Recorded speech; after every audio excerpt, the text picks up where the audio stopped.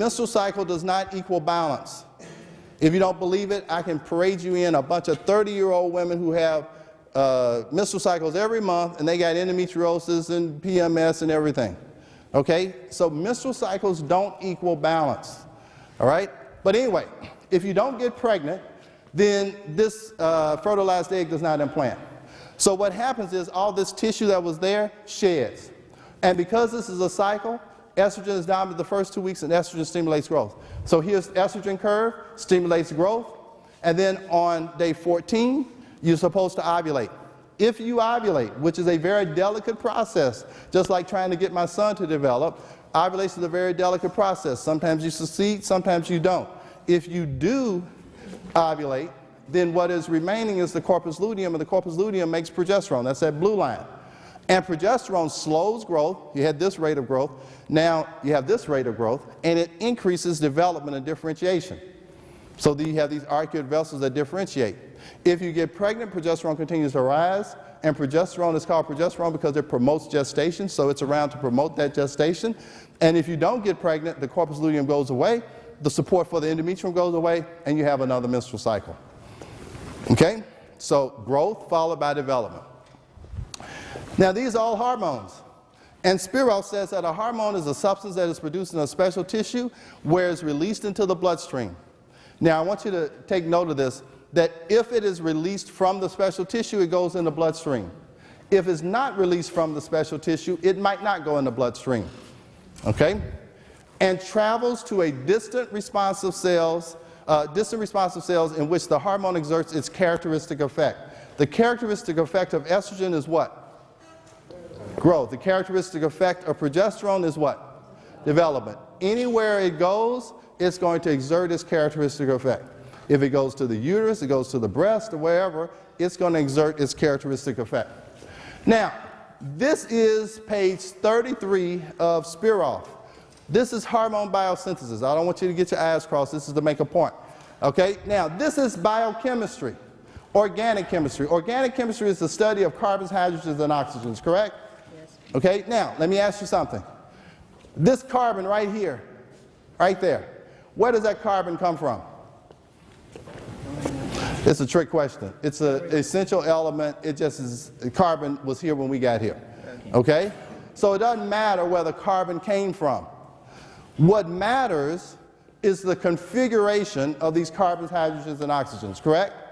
If they're configured like this, it's called progesterone. If they're configured like this, it's estrone. If they're configured like this, it's DHEA. So it's the configuration of carbons, hydrogens, and oxygens. Okay, now, if I go to post-haste pharmacy and I say, Dr. Fishman, do you have some carbons, hydrogens, and oxygens that are configured just like that? And Dr. Fishman would say, as a matter of fact, I do. It's right here. I got it back here. And I said, well, Dr. Fishman, if you have carbons, hydrogens, and oxygens configured like that, what do you call that? He says, well, I call it progesterone. I said, why in the world would you do that? Because it's identical to what the body calls, what we call it in the body is progesterone. It's configured just like that. Okay? Now, if he has a hormone in his pharmacy that is identical to what is in my biosynthesis, you could call that bio. Would that be poor nomenclature? Biosynthesis identical to it. So you call it bio-identical. Okay? Now, in the OBGYN peer-reviewed journals, the word bioidentical is always preceded by two other words. You know what those two other words are? So-called bioidentical. If I have carbons, hydrogens, and oxygens that are configured like that, and they're identical to that, why is it called so-called? If you have two hydrogens and an oxygen, it's called what? But suppose I get the two hydrogens and oxygens from Kroger. What do you call it? So-called. You call it so-called water. Yeah, you call it so-called water. Is that not chemistry or is that not chemistry? It's not so-called if the configuration is the same. Correct? Okay? And then our leaders in peer-reviewed journals, they say they don't believe in bioidentical hormones. They don't believe in bioidentical hormones. Let me ask you something. If you don't believe that a sodium-potassium pump is involved in your heart beating, is your heart going to stop beating right now? Nope.